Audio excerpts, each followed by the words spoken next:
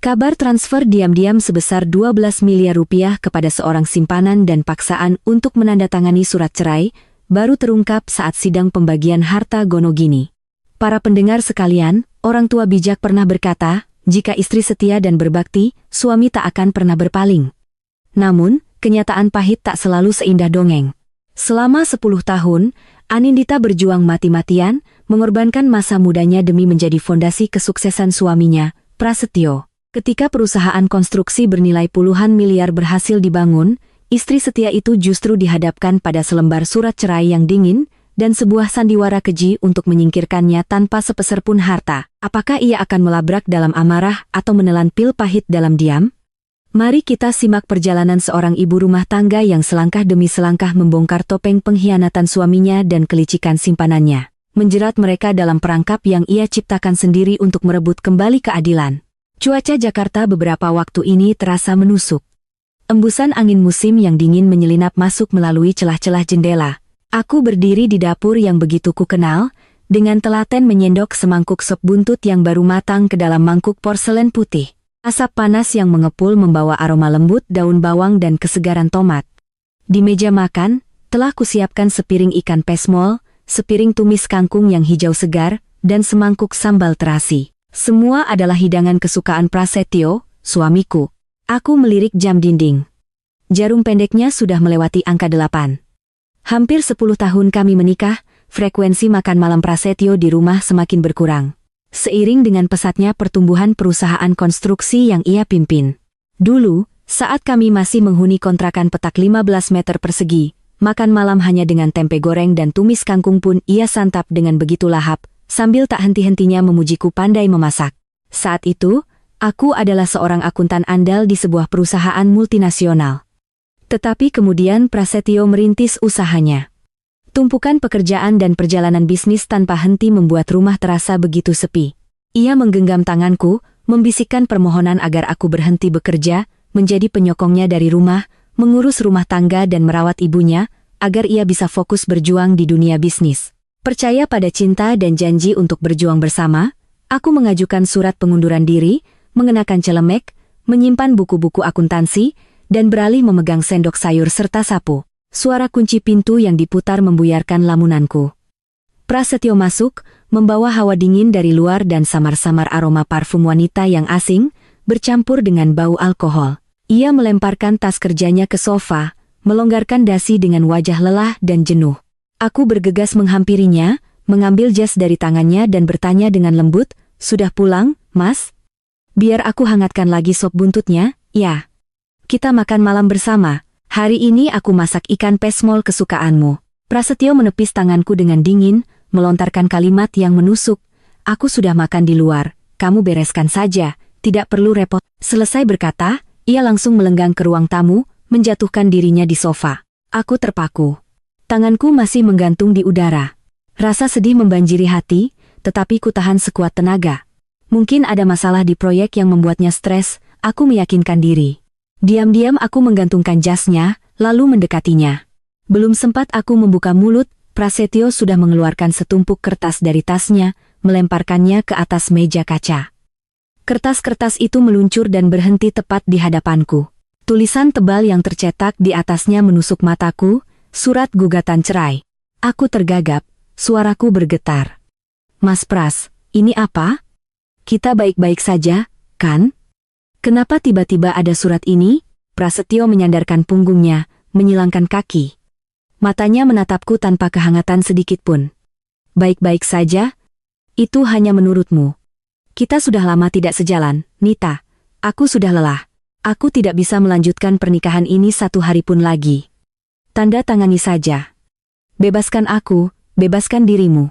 Aku seolah tak percaya dengan apa yang ku dengar. Hampir 10 tahun masa mudaku, aku korbankan karierku, menolak semua kesempatan promosi demi mendukungnya. Sekarang, saat perusahaannya sudah mapan, ia justru bicara soal kebebasan. "Apa maksudmu tidak sejalan? Pekerjaanmu penuh tekanan, dan aku selalu sabar mengurus rumah, keluarga kita dan keluargamu tidak pernah kekurangan apapun.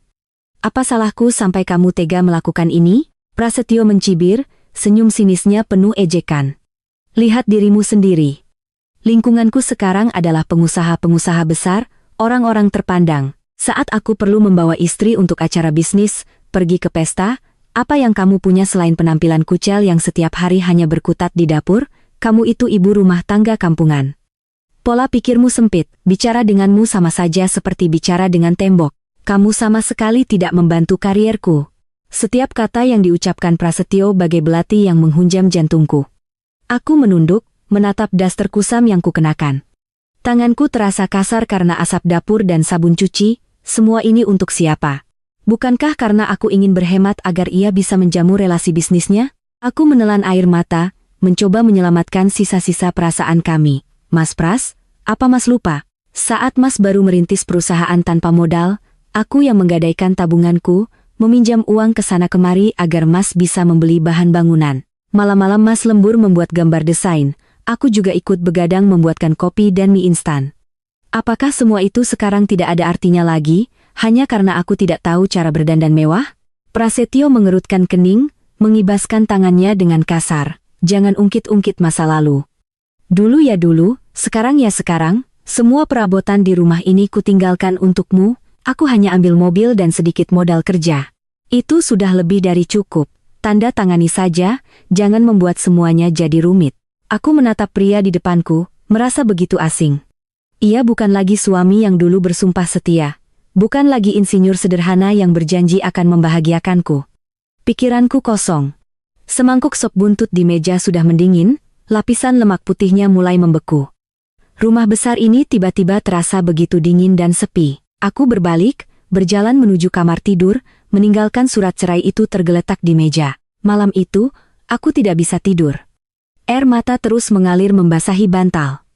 Aku terus bertanya pada diri sendiri, di mana letak kesalahanku dalam pernikahan ini. Keesokan paginya, aku terbangun dengan mata bengkak dan kepala pening. Meskipun hatiku hancur, kebiasaan bertahun-tahun mendorongku untuk bangun pagi, membersihkan rumah, dan menyiapkan sarapan. Aku baru saja meletakkan sepiring nasi goreng di meja ketika pintu depan terbuka. Ibu mertuaku, Bu Lastri, datang dari kampung. Ia masuk dengan wajah masam, matanya yang tajam menyorotku. Aku bergegas menyambutnya, mencoba mengambil tas jinjingnya. Ibu, baru sampai? Pasti lelah di jalan. Ini sarapannya sudah siap, Bu, ayo makan selagi hangat. Bu Lastri menarik tasnya dengan kasar, suaranya yang dingin menggema di ruang tamu. Tidak perlu kamu pura-pura baik. Prasetyo sudah cerita semuanya sama ibu. Dia mau menceraikanmu, dan ibu dukung 100%. Aku terkejut. Kukira ibu mertuaku, yang juga seorang perempuan dan telah melihatku bersusah payah merawat keluarga ini, setidaknya akan menasihati putranya. Tapi tidak, ia justru memihak Prasetyo dengan lebih kejam. Ibu, kami hanya salah paham sedikit. Aku tidak melakukan kesalahan apapun sebagai menantu. Kenapa ibu tega menyuruh Mas Pras menceraikan aku? Bu Lastri menjatuhkan dirinya ke sofa, menggebrak meja kaca. Kamu masih berani membantah? Prasetyo kerja banting tulang di luar cari uang, sementara kamu di rumah cuma tahu menghamburkan uang. Kamu pikir ibu tidak tahu borosnya kamu? Acara tahlilan almarhum kakek bulan lalu, kamu habiskan banyak uang untuk belanja ini itu, kamu tidak tahu kalau jadi istri itu harus pintar berhemat, kamu ini boros sekali. Aku menahan isak tangis, mencoba menjelaskan. Ibu, acara tahlilan kakek itu kan acara besar keluarga. Ibu sendiri yang berpesan agar masakannya dibuat enak supaya tidak jadi omongan kerabat. Semua uang belanja dan sumbangan sudah aku catat rapi di buku. Aku tidak berani menghamburkan uang Mas Pras sepeser pun. Tepat saat itu, Prasetyo keluar dari kamar. Ia sama sekali tidak menatapku, langsung menuju laci arsip, menarik setumpuk tagihan dan kwitansi beberapa bulan terakhir, lalu melemparkannya ke meja. Mencatat dengan rapi, tapi setiap bulan uang selalu habis tidak jelas. Ini tagihan listrik, air, belanja bulanan, bajumu.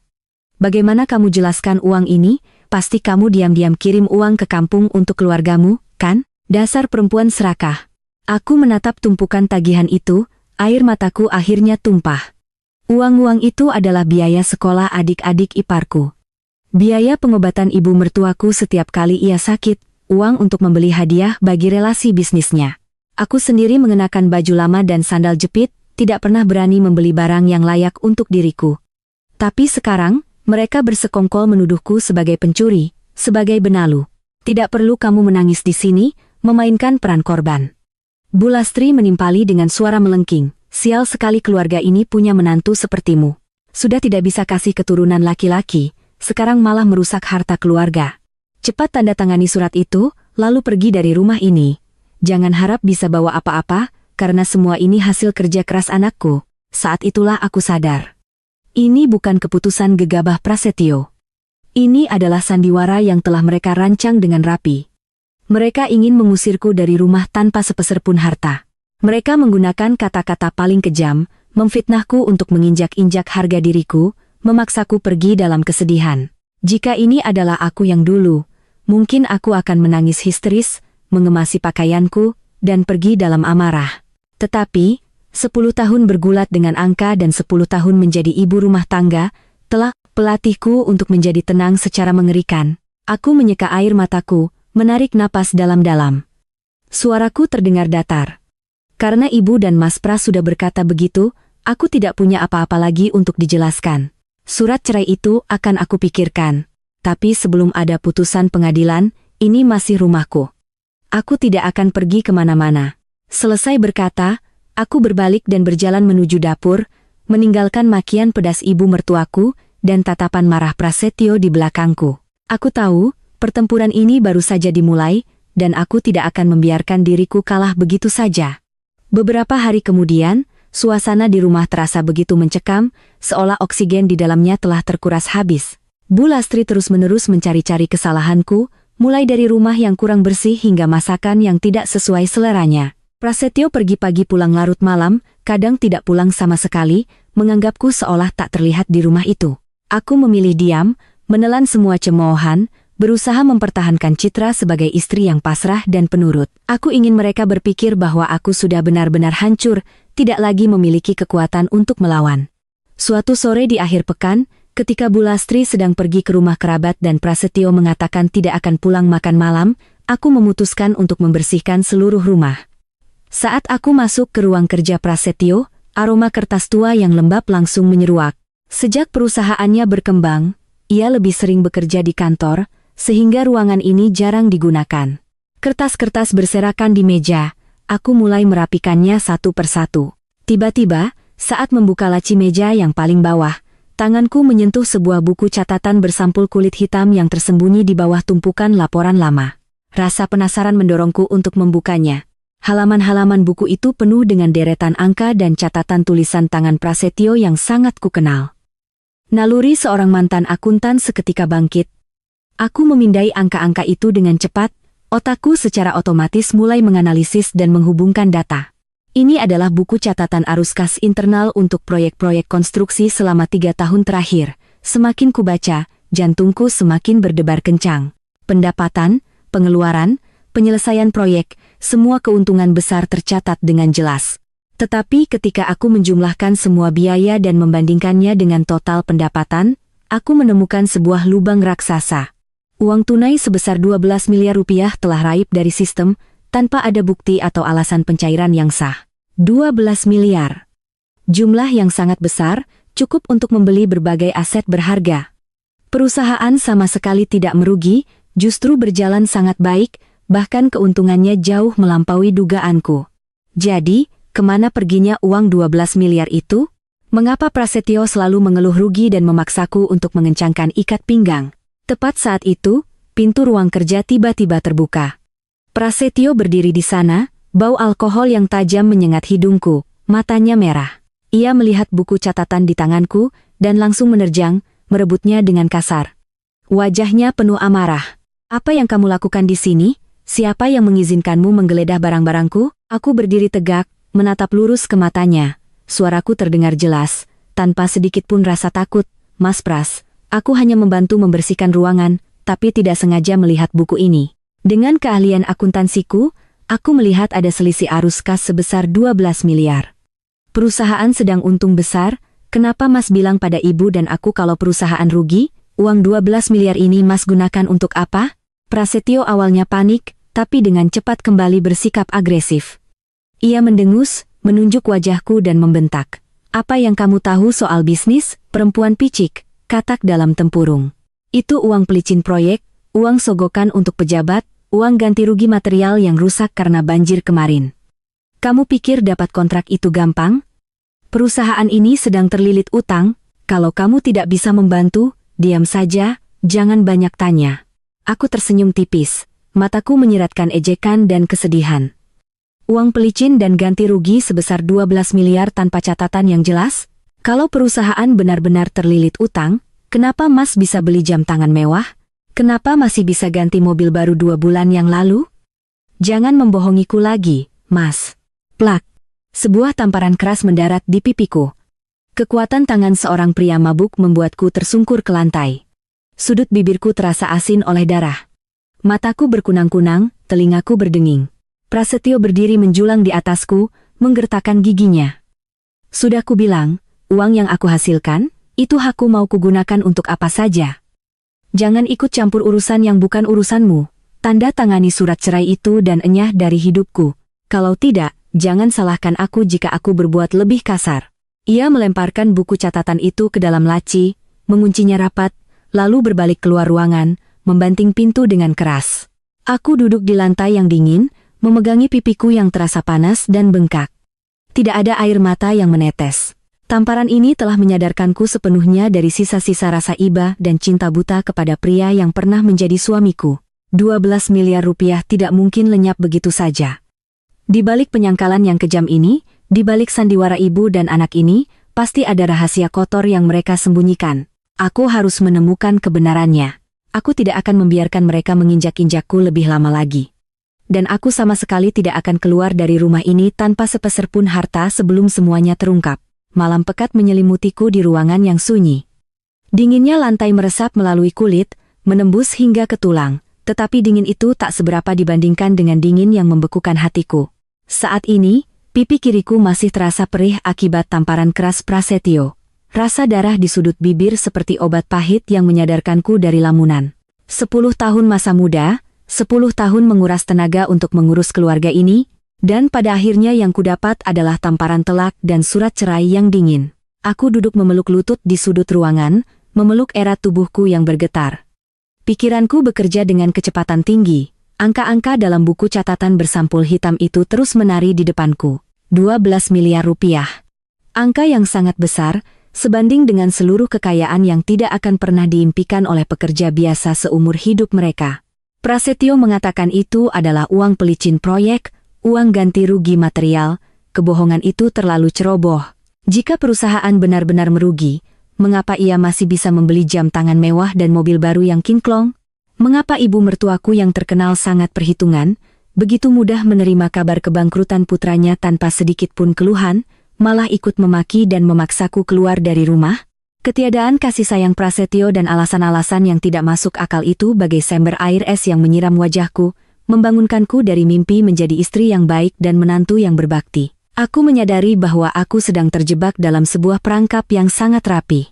Mereka ingin menyingkirkanku dengan cara yang terlihat logis, dan juga ingin aku menyandang nama parasit yang boros untuk menutupi kebenaran yang mengerikan di baliknya.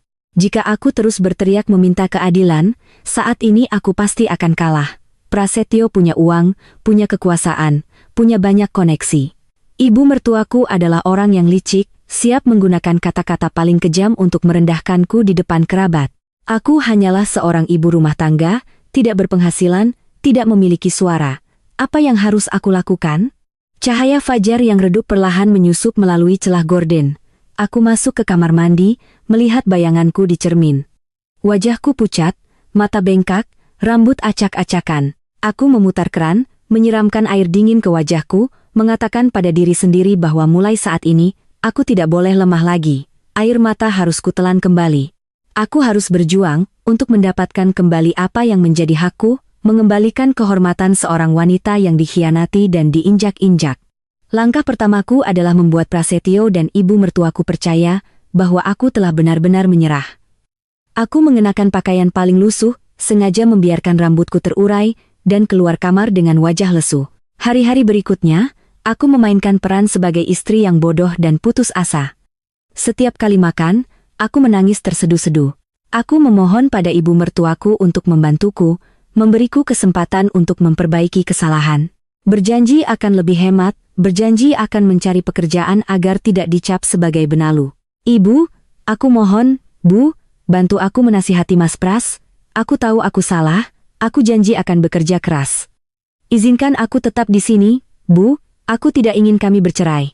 Aku bahkan berlutut di kaki Bu Lastri, dengan air mata membanjiri wajahku. Wanita itu dengan dingin menepis tanganku, mengibaskan pakaiannya seolah jijik.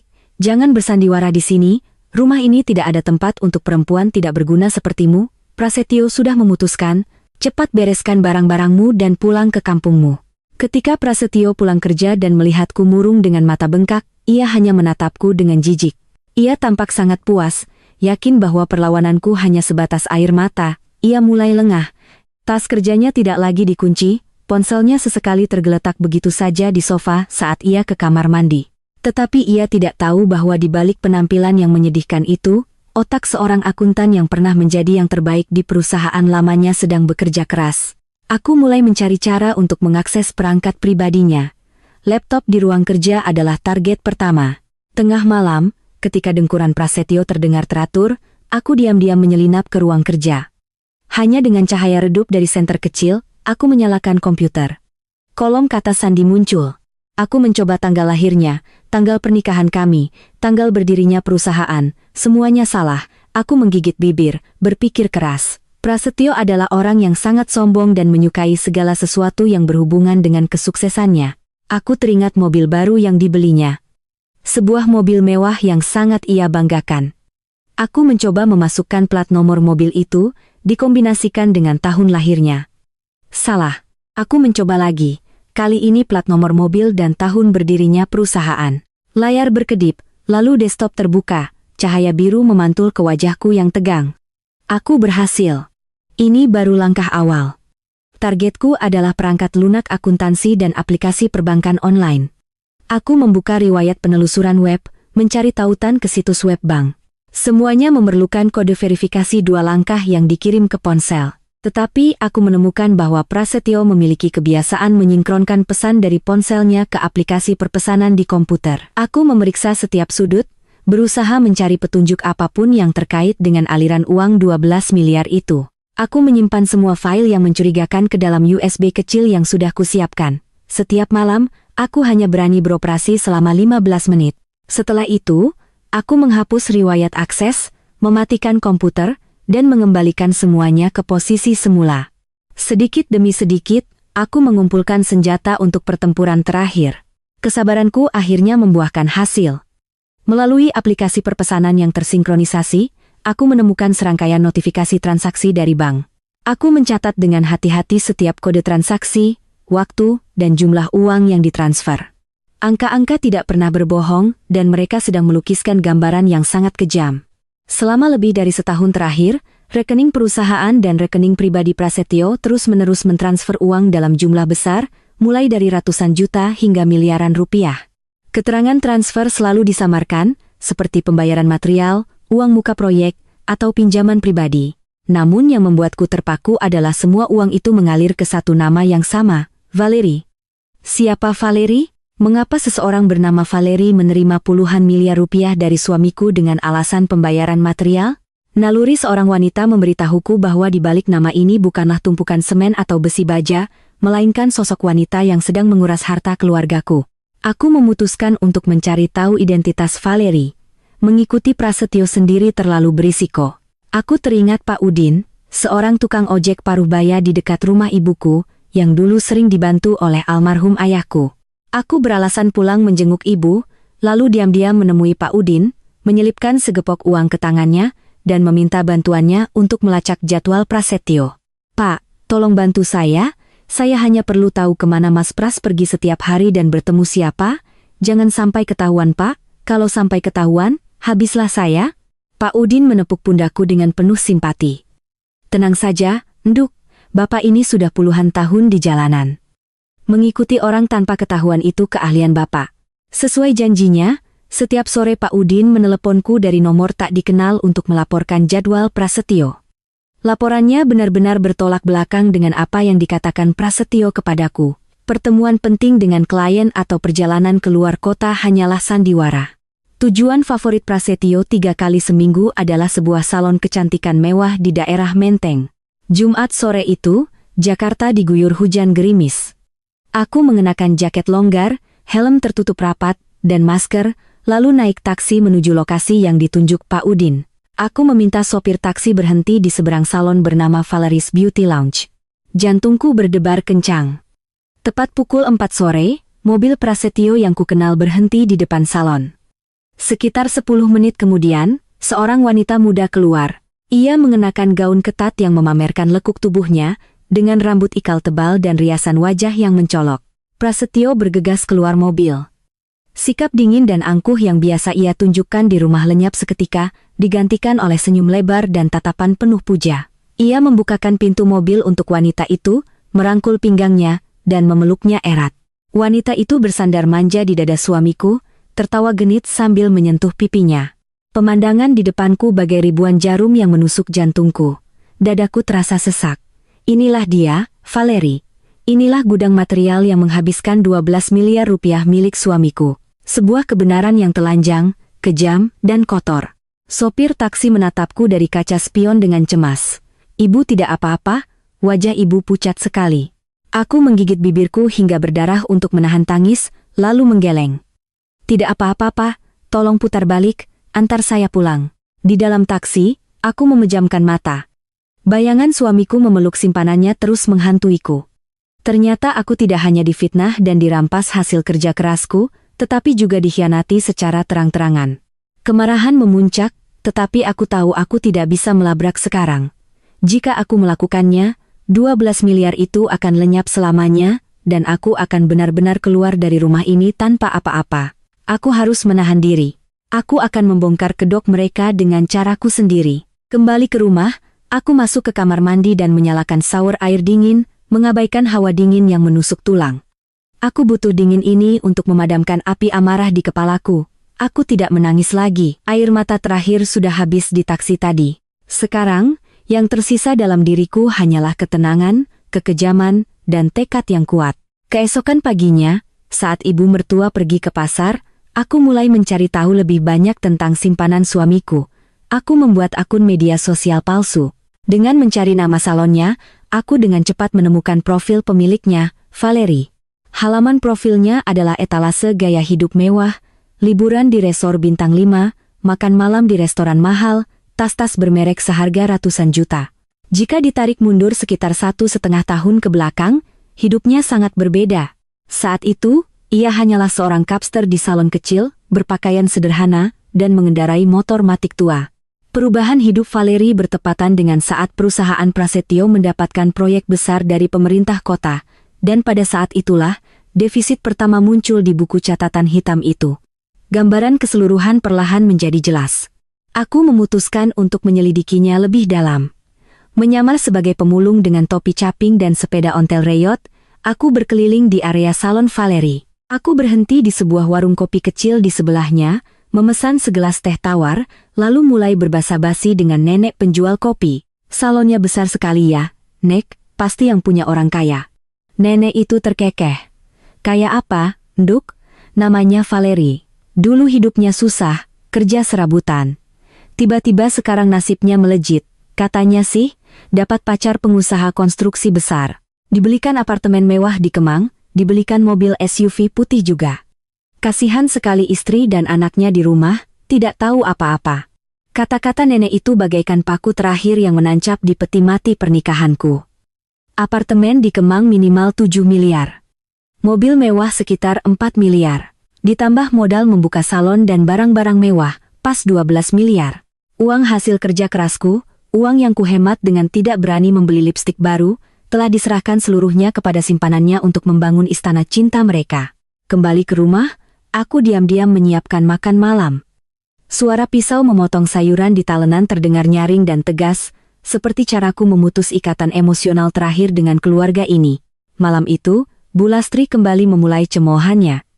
Prasetyo duduk di sampingku sambil asyik dengan ponselnya, sesekali ikut menimpali ibunya.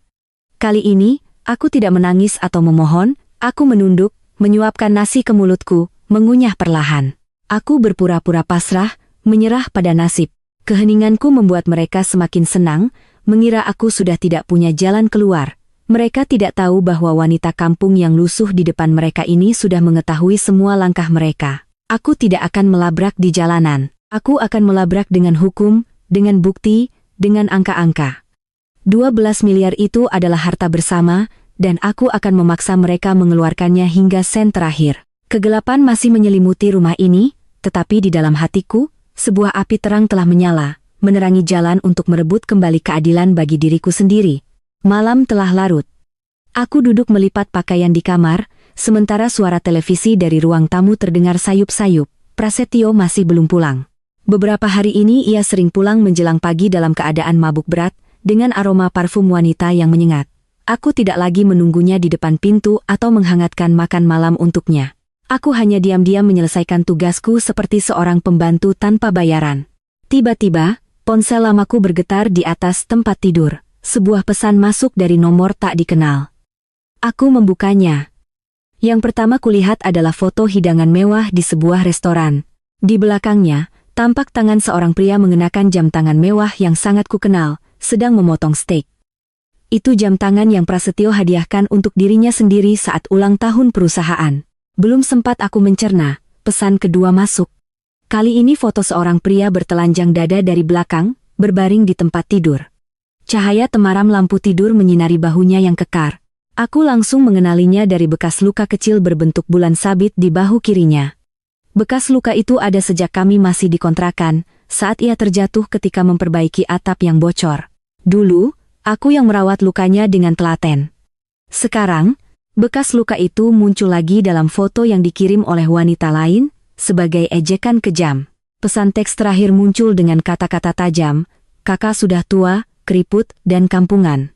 Suami kakak sedang tidur pulas di sampingku. Lebih baik kakak tanda tangani saja surat cerainya. Jangan bertahan pada sesuatu yang bukan milikmu lagi." Terlihat menyedihkan. Jantungku berdebar kencang, dadaku sesak. Pelakor ini tidak hanya merebut suamiku dan menguras hartaku, tetapi sekarang juga dengan berani menantang dan menginjak-injak kehormatanku sebagai istri sah. Tanganku gemetar. Aku ingin membalas dengan makian paling kejam, tetapi logikaku menahanku. Jika aku marah sekarang, Valeri akan menunjukkan pesanku pada Prasetyo, dan mereka akan menggunakannya sebagai alasan untuk menjelek-jelekanku. Aku tidak boleh terjebak. Aku menarik napas dalam-dalam, lalu dengan jari yang gemetar, aku mengetik balasan, memainkan peran sebagai istri yang lemah dan bodoh. "Kamu siapa?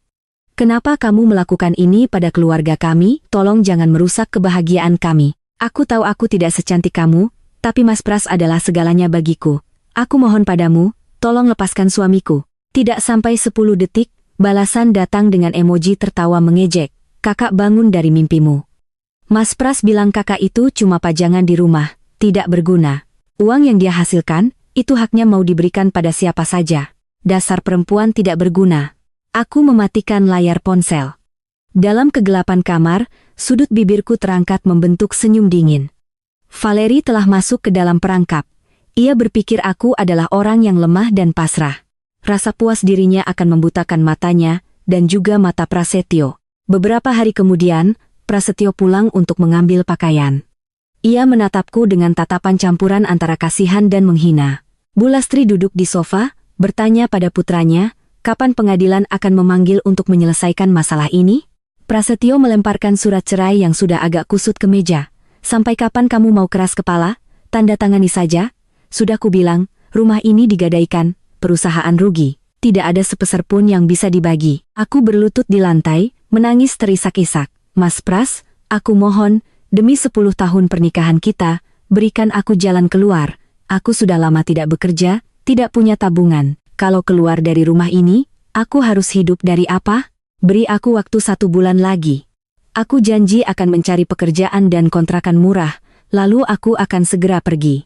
Aku berbalik memegangi ujung pakaian Bu Lastri. "Ibu, kasihanilah aku, Bu, izinkan aku tinggal sebentar lagi saja." Bu Lastri menendang kakiku dengan keras. "Dasar pembawa sial. Baiklah, aku kasihan padamu. Aku izinkan kamu tinggal di sini 20 hari lagi. Setelah itu, kalau kamu belum pergi, akan kubuang semua barangmu ke jalan." Tanda tangani surat itu sekarang, baru aku izinkan tinggal. Melihatku yang tunduk dan menyedihkan, kewaspadaan Prasetyo seolah benar-benar hilang. Ia yakin aku sudah kehilangan semangat juang. Baiklah, katanya. Aku beri kamu waktu 1 bulan, tanda tangani dulu surat cerainya. Nanti kalau pengadilan memanggil, kita selesaikan. Selama di sini, kamu urus makan minum ibuku, ingat posisimu, jangan membuat keributan. Aku gemetar memegang pulpen, sengaja menjatuhkannya beberapa kali. Akhirnya, aku menggigit bibir dan menandatangani surat persetujuan cerai. Di balik tundukanku, mataku tidak lagi menunjukkan keputusasaan, melainkan ketenangan yang menyeramkan. Mereka ingin aku pergi tanpa harta sepeser pun, tetapi mereka tidak tahu bahwa waktu 1 bulan ini adalah jerat yang akan kugunakan untuk mencekik mereka. Minggu pagi, saat Bu Lastri pergi keluar kota, aku diam-diam mengemasi beberapa baju lama, lalu naik bus paling pagi menuju Cikarang, kampung halamanku. Sudah sangat lama aku tidak pulang. Sejak menikah, aku terlalu sibuk melayani keluarga mertua hingga lupa bahwa aku juga punya seorang ibu tua yang merindukanku. Saat melangkahi gerbang besi berkarat, kulihat ibuku, Bu Siti, sedang sibuk di kebun sayur. Melihatku, ia segera berlari menyambutku. Tangannya yang kasar dan berlumpur menyentuh kedua pipiku. "Nita, kamu, nak? Kenapa kurus dan pucat sekali? Prasetyo mana?" Kehangatan dari tangan ibuku meruntuhkan benteng pertahananku. Aku memeluknya erat dan menangis terseduh-seduh. Ini bukan air mata palsu. Ini adalah tangisan pilu seorang anak yang akhirnya bisa kembali ke dalam pelukan kasih sayang tanpa syarat. Aku menceritakan seluruh kebenarannya kepada ibuku, surat cerai, makian kejam ibu mertua, uang 12 miliar yang lenyap, dan keberadaan Valeri serta apartemen mewahnya. Ibuku mendengarkan dengan berlinang air mata. Kasihan sekali anak ibu. "Sudahlah, nak, pria jahat seperti itu buat apa dipertahankan? Pulang saja ke sini, tinggal bersama ibu." Aku menyeka air mataku, menggeleng tegas. "Aku pasti akan bercerai, Bu, tapi aku tidak bisa pulang tanpa apa-apa." 12 miliar itu, separuhnya adalah hasil jerih payahku. Aku tidak bisa membiarkan pelakor itu menikmati keringatku. Aku butuh uang untuk menyewa pengacara hebat di Jakarta. "Ibu, pinjami aku modal." Ibuku tidak berkata apa-apa. Ia masuk ke kamar, menggeledah dasar peti kayu tua, lalu keluar membawa bungkusan kain beludru merah. Di dalamnya ada buku tabungan dan beberapa gram emas. "Ini seluruh uang pensiun bapakmu dan uang ganti rugi tanah. Ambillah semua, nak. Tidak perlu pinjam. Uang ibu juga uangmu. Lakukan apa yang menurutmu benar. Jangan biarkan mereka merendahkan keluarga kita." Memegang seluruh harta ibuku, tekadku semakin kuat. Aku berpamitan sore itu juga, membawa serta seluruh harapan dan senjata terakhirku kembali ke ibu kota. Keesokan harinya, aku mencari kantor pengacara Marisa, seorang pengacara wanita yang terkenal tajam dan ahli dalam kasus perceraian rumit. Aku menjelaskan seluruh kejadian, memberikan foto buku catatan, kode transaksi bank, dan foto-foto provokasi dari Valeri. Ibu Marisa meninjau semua dokumen dengan saksama. "Ibu melakukan hal yang benar dengan tidak membuat keributan," katanya. "Hukum tidak menyelesaikan masalah dengan makian di jalan." Uang 12 miliar itu, meskipun sekarang sudah menjadi rumah dan mobil atas nama Nona Valerie, sumber uangnya berasal dari rekening Bapak Prasetyo selama masa pernikahan. Itu jelas harta bersama. Tindakan pengalihan harta bersama kepada pihak ketiga, tanpa persetujuan pasangan adalah perbuatan melanggar hukum. "Lalu, apa yang harus saya lakukan sekarang, Bu?" tanyaku. Mas Pras sangat licik. Ibu Marisa tersenyum percaya diri. "Kita akan gunakan strategi senjata makan tuan. Ibu tidak perlu membuktikan ia memakai uang itu untuk membeli rumah. Ibu harus mendapatkan bukti pengakuannya sendiri, bahwa ia telah mengalihkan harta itu untuk simpanannya.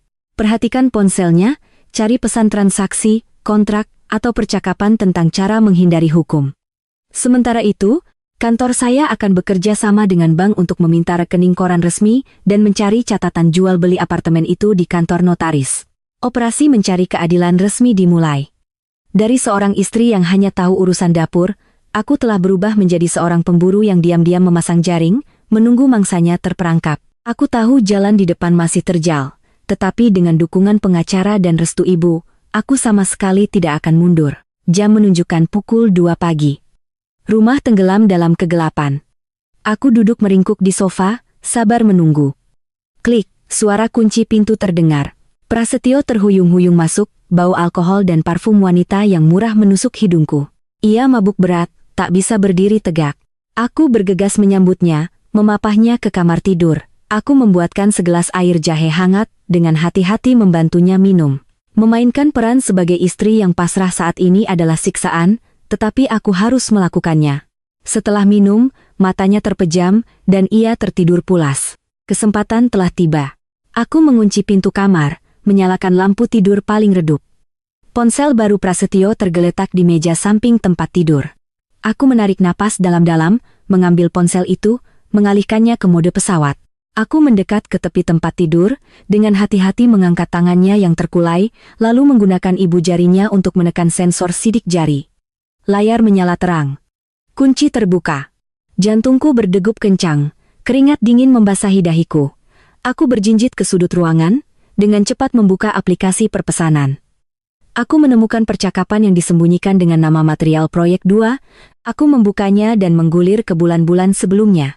Pesan-pesan yang muncul membuat darahku mendidih. Isinya bukan soal semen atau bata, melainkan kata-kata mesra dan kotor antara Prasetyo dan Valerie, beserta banyak bukti transfer. Tapi yang terpenting, apa yang diminta Ibu Marisa ada di sana, dipesan beberapa bulan lalu saat apartemen itu dibeli. Prasetyo mengirim pesan. Kamu ingatkan ibumu untuk siapkan KTP ya. Apartemen ini akan atas nama ibumu dulu, baru nanti dihibahkan ke kamu. Dengan begitu, perempuan kampung di rumah tidak akan bisa menyentuhnya. Valerie membalas, Mas, pintar sekali. Bagaimana kalau dia tahu aliran uangnya? Prasetyo dengan angkuh menjawab, khawatir apa? Aku sudah buat beberapa kontrak pinjaman palsu. Uangnya aku putar lewat rekening teman sebelum masuk ke rekeningmu. Akuntan ahli pun tidak akan bisa melacaknya. Tenang saja, setelah cerai, aku akan usir dia. Hanya menyisakan rumah yang sudah digadaikan. Setiap kata, setiap perhitungan licik terungkap jelas. Kekejamannya melampaui batas imajinasiku. Aku menggigit bibirku hingga berdarah, berusaha tidak mengeluarkan suara. Dengan ketenangan seorang akuntan, aku mengangkat ponselku dan terus mengambil gambar. Aku memotret seluruh percakapan, tanggal, waktu, nomor telepon Valerie, dan juga foto kontrak palsu yang dengan bangga Prasetyo kirimkan pada simpanannya. Setelah berhasil mengambil lebih dari 50 foto, aku dengan cepat menghapus riwayat akses di ponsel Prasetyo, mengunci layar, dan meletakkannya kembali ke posisi semula. Aku kembali ke ruang tamu, menyambungkan ponselku ke internet, dan segera mengirim seluruh bukti itu ke email Ibu Marisa dengan subjek bukti penting. Jam menunjukkan pukul 3.30 pagi. Aku menghela napas panjang, menjatuhkan diri ke sofa. Seluruh tubuhku lemas, tetapi hatiku dipenuhi perasaan lega. Jaring yang kutebar akhirnya berhasil menangkap ikan besar. Bukti kuat sudah ada di tanganku. Tinggal 20 hari lagi sampai pertemuan keluarga untuk mengumumkan perceraian. Pada hari itu, aku akan menyiapkan hadiah perpisahan yang sangat istimewa, hadiah bernama keadilan. Sinar matahari pagi menembus jendela kaca. Mentalitasku telah berubah sepenuhnya. Langkahku lebih ringan, napasku lebih tenang. Namun, di luar, aku tetap harus menjadi istri yang kalah, yang akan diusir dari rumah. Pagi ini, Bu Lastri dan Prasetyo duduk di ruang tamu. Prasetyo mengenakan kemeja rapi, memancarkan aura seorang direktur sukses. Ia melempar setumpuk map ke meja. Bu Lastri mengeluarkan segepok uang tunai, lalu membantingnya ke meja kaca. Uang kertas pecahan 50 ribuan yang lusuh berserakan. Lihat baik-baik, kata Bu Lastri, ini 30 juta, anggap saja ini sedekah untukmu sebagai modal pulang kampung. Ambil uang ini, tanda tangani surat cerai damai, lalu enyah dari hadapanku. Aku merasa geli sekaligus pahit, 30 juta. Itulah harga yang mereka berikan untuk 10 tahun masa mudaku. Aku berlutut di lantai, menangis terseduh-seduh. Ibu, 30 juta ini mana cukup untuk hidup? Ibu dan Mas tega sekali mendorongku ke jurang. Prasetyo mengetukkan jarinya ke meja dengan tidak sabar. Hentikan sandiwaramu. Perusahaan sedang kacau, terlilit utang. Rumah ini digadaikan. Kamu pergi tanpa utang itu sudah rezeki. Aku mengangkat mataku yang merah. Tapi, Mas, surat cerai ini menyebutkan kita sepakat membagi harta tanpa melibatkan pengadilan.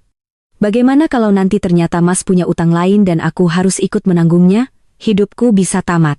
Aku tidak akan tanda tangan, kecuali Mas menuliskan klausul untuk melindungiku. Prasetyo mencibir, menatapku seolah melihat cacing yang putus asa. Perempuan kampung, perhitungan sekali. Mau tulis apa? Cepat tulis, setelah itu pergi. Dengan tangan yang sengaja ku getarkan, aku mengambil pulpen dan menulis di bagian akhir perjanjian, harta bersama dan utang bersama saat ini tidak ada. Namun, jika di kemudian hari ditemukan harta bersama lainnya, maka akan diselesaikan sesuai dengan hukum yang berlaku. Selesai menulis, aku mendorong kertas itu ke arahnya.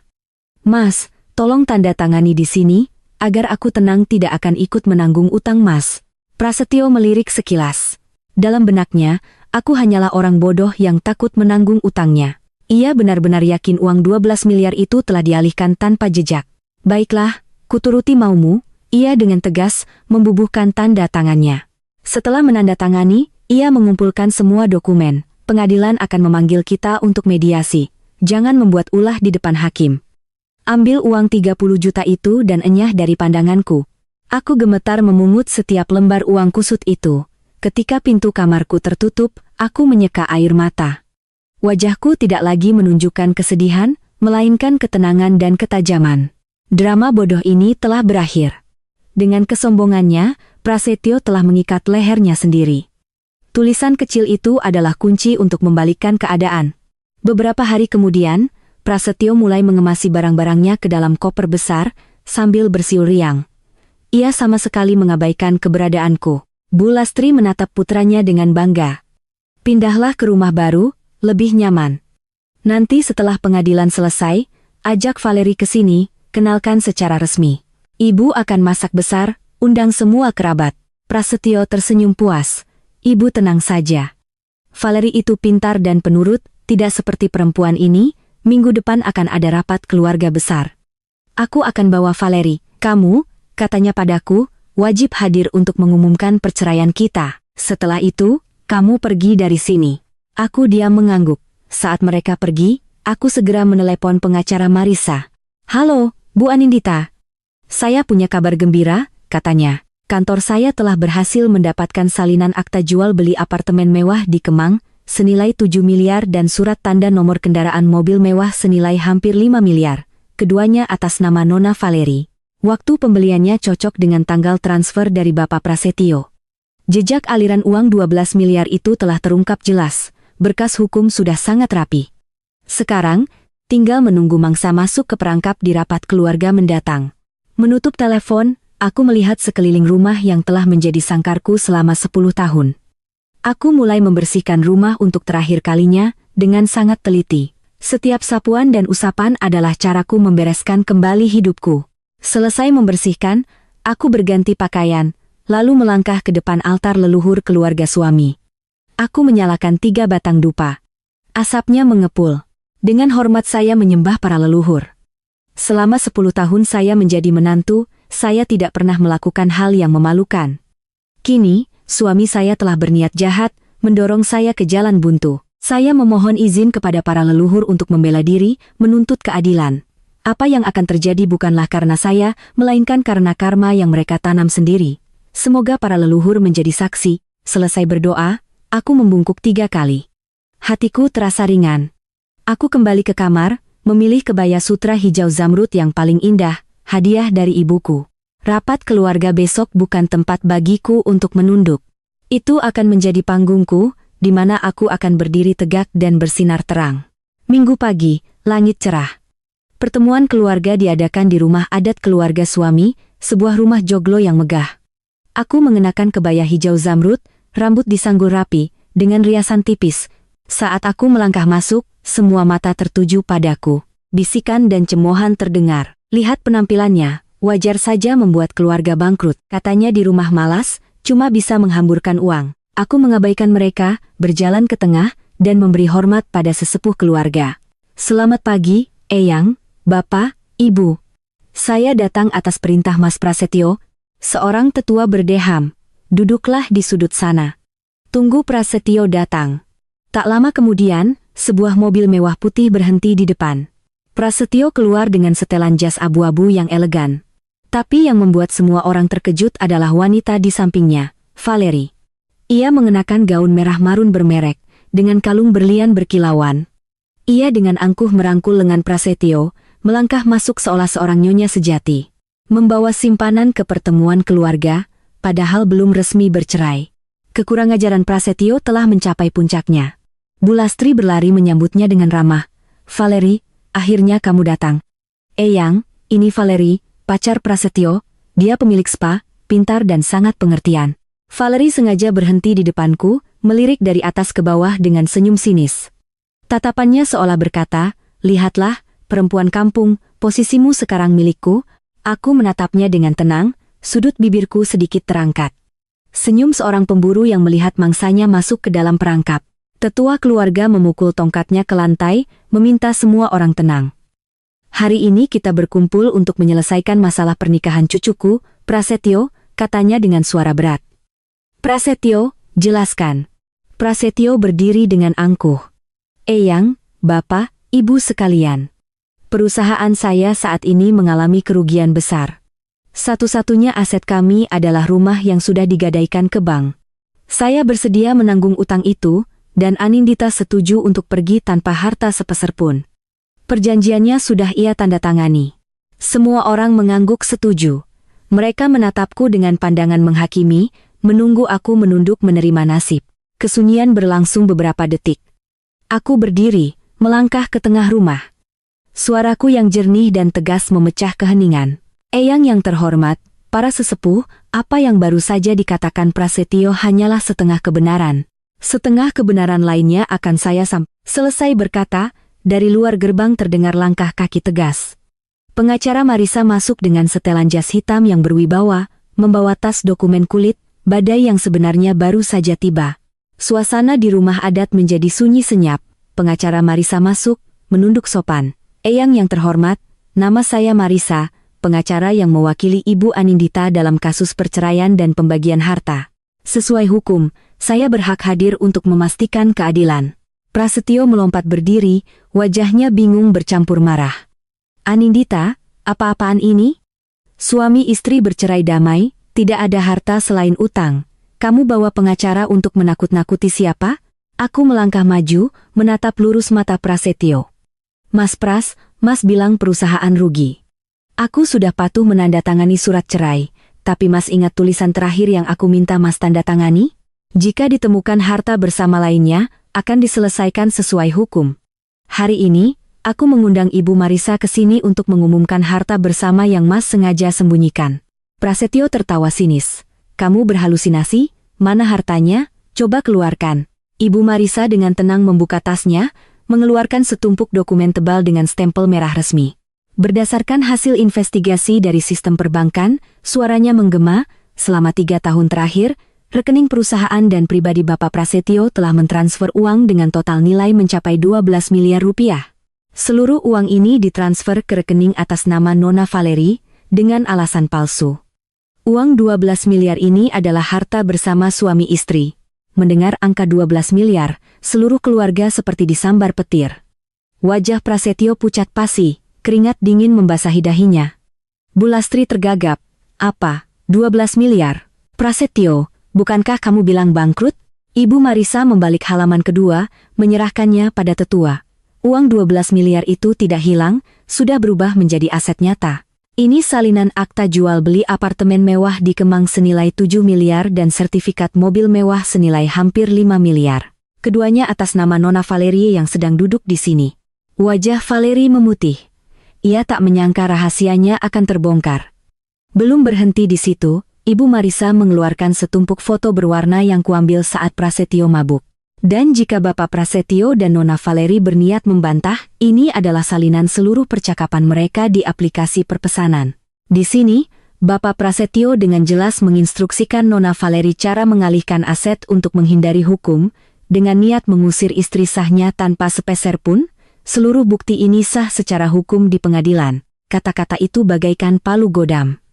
Kebenaran yang kejam dan kotor terungkap. Para paman dan bibi mulai berbisik, kini menyerang Prasetyo dan Valerie. Ya Tuhan, kejam sekali pria ini. Wanita penggoda tidak tahu malu, merebut suami orang. Bulastri memegangi dadanya, napasnya sesak, lalu jatuh pingsan. Setelah sadar, ia menangis. Aku berdiri diam, tidak ada kegembiraan atau kepuasan balas dendam, hanya ada kedamaian. Aku telah mengembalikan nama baikku. Rumah adat menjadi riuh. Prasetyo menerjang tumpukan dokumen. Ini palsu, semuanya palsu, kamu menjebakku. Ibu Marisa menepis tangannya. Bapak Prasetyo, dokumen resmi dari negara bukanlah hal yang bisa Anda sebut palsu. Tindakan Anda mengalihkan 12 miliar aset bersama adalah pelanggaran serius. Pengadilan akan membekukan seluruh aset dan memaksa Anda serta Nona Valeri untuk mengembalikan uang itu. Mendengar kata pembekuan aset, Valeri panik. Ia memegangi lengan Ibu Marisa. Saya tidak tahu apa-apa, Bu. Prasetyo bilang dia sudah cerai. Ibu Marisa menepis tangannya. Nona Valeri, pesan-pesan Anda membuktikan bahwa Anda tahu ini adalah aset bersama. Tindakan Anda bisa dikenai pasal pidana penggelapan dan berisiko hukuman penjara. Kata hukuman penjara meruntuhkan mental Valeri. Dalam kepanikan, ia berbalik dan menampar wajah Prasetyo. Dasar penipu. Kamu bilang istrimu bodoh, sekarang kamu mau menyeretku ke penjara? Prasetyo yang harga dirinya hancur, menjambak rambut Valeri. Perempuan tidak tahu diri. Uangku kamu habiskan. Sekarang ada masalah kamu mau lepas tangan? Kalau aku mati, aku akan menyeretmu ikut. Dua orang yang tadinya mesra, kini saling cakar dan maki. Topeng mereka terkoyak. Tetua keluarga gemetar marah. Cukup, pergi semua dari rumah ini. Keluarga ini tidak punya cucu yang mencoreng nama baik seperti kalian. Para saudara laki-laki menyeret Prasetyo dan Valeri keluar.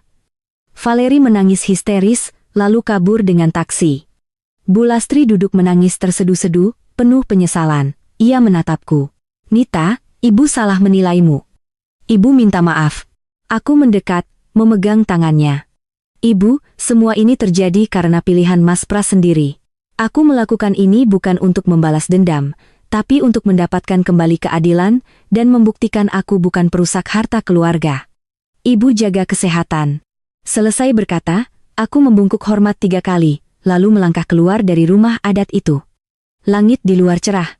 Beban di pundakku telah terangkat. Aku menarik napas dalam-dalam, menghirup udara kebebasan. Prosedur di pengadilan berjalan cepat. Hakim memutuskan apartemen dan mobil mewah Valeri adalah hasil pengalihan aset tidak sah. Pengadilan memaksa aset itu dilelang, dan uang 12 miliar dikembalikan untuk dibagi 2. Utang rumah lama ditanggung oleh bagian aset Prasetyo. Valeri kehilangan segalanya.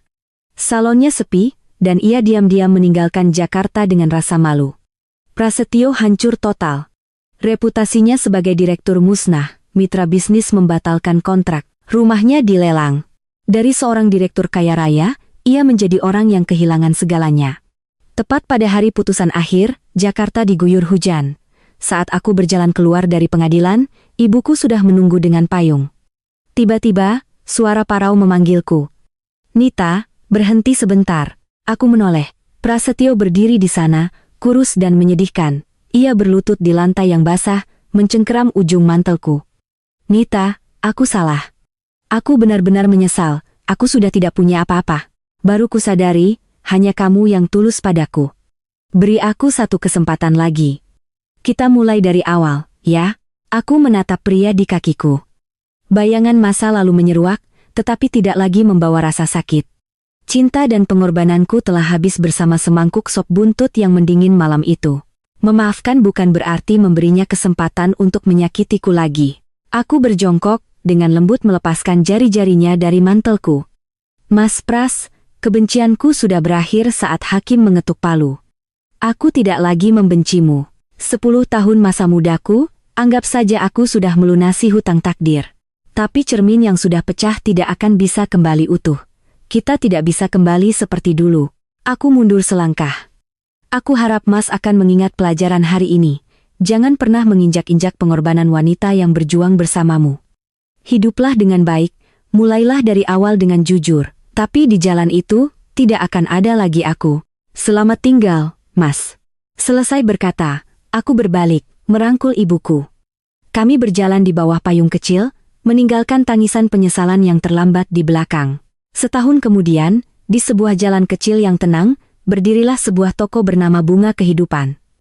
Itu adalah toko teh bunga dan kue sehat yang kubuka dari uang 6 miliar, bagian hartaku yang sah. Ruangan itu harum dengan aroma bunga. Aku sibuk melayani pelanggan dengan senyum yang selalu merekah. Aku bukan lagi istri pemalu yang terkurung di dapur. Aku adalah wanita mandiri, percaya diri, dan damai. Ibuku duduk di sudut, dengan telaten mengemas teh, menatapku dengan mata penuh kebanggaan. Rasa sakit dan pengkhianatan pernah mendorongku ke titik terendah. Tetapi justru di saat tergelap, harga diri dan ketenangan membangkitkan kekuatanku. Aku menyadari, kebahagiaan sejati bukanlah bergantung pada orang lain, melainkan menciptakannya dengan tangan kita sendiri. Bagaikan sekuntum bunga yang gigih, meski dihantam badai, ia tetap berakar kuat, lalu bangkit kembali mekar dengan indah di bawah sinar matahari yang baru. Hidupku kini baru benar-benar dimulai. Para pendengar yang budiman, melihat senyum Anindita di tokonya, tentu di hati kita terlintas perasaan lega dan damai. Mungkin melalui kisah ini, kita menyadari bahwa pengorbanan seorang wanita dalam keluarga itu tak ternilai, tetapi hanya bermakna jika diberikan kepada orang yang tepat. Pelajaran terdalam yang bisa kita petik adalah tentang hukum tabur tuai. Jangan pernah menukarkan ketulusan dengan kebohongan, karena apa yang ditabur, itulah yang akan dituai. Mereka yang menggunakan tipu daya untuk merampas kerja keras orang lain, pada akhirnya harus membayar harga yang sangat mahal. Kisah ini juga menyadarkan kita akan nilai kemandirian dan harga diri. Di tengah keadaan tergelap sekalipun, ketenangan, kebijaksanaan, dan kepatuhan pada hukum adalah senjata paling tajam untuk melindungi hak-hak kita. Ketika sebuah pintu tertutup karena pengkhianatan, jangan ragu untuk membuka cakrawala baru untuk diri sendiri. Karena kebahagiaan yang paling langgeng tidak terletak pada pemberian orang lain, melainkan selalu bersemi dari usaha dan nilai diri kita sendiri. Terima kasih telah meluangkan waktu untuk mendengarkan kisah hari ini. Semoga Anda dan keluarga senantiasa sehat, damai, dan bahagia.